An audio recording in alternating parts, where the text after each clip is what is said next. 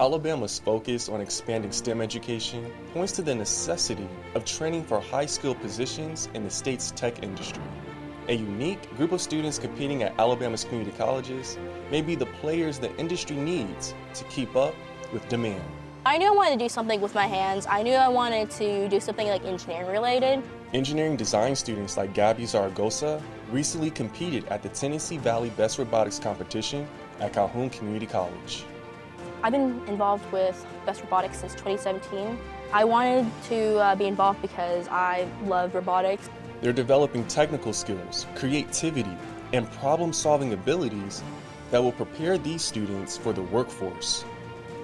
I guarantee you I can go out there right now and we probably have at least 10 former students on the floor helping put on this competition right now that have great careers, from defense contracting to automotive manufacturing to aerospace. Experts say robotics careers in the manufacturing industry pay 30% more than entry-level non-robotics manufacturing jobs.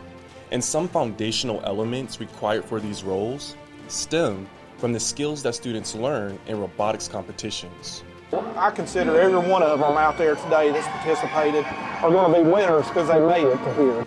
Students get to experience a sport they enjoy, and when they graduate, employers get to recruit the talent they need.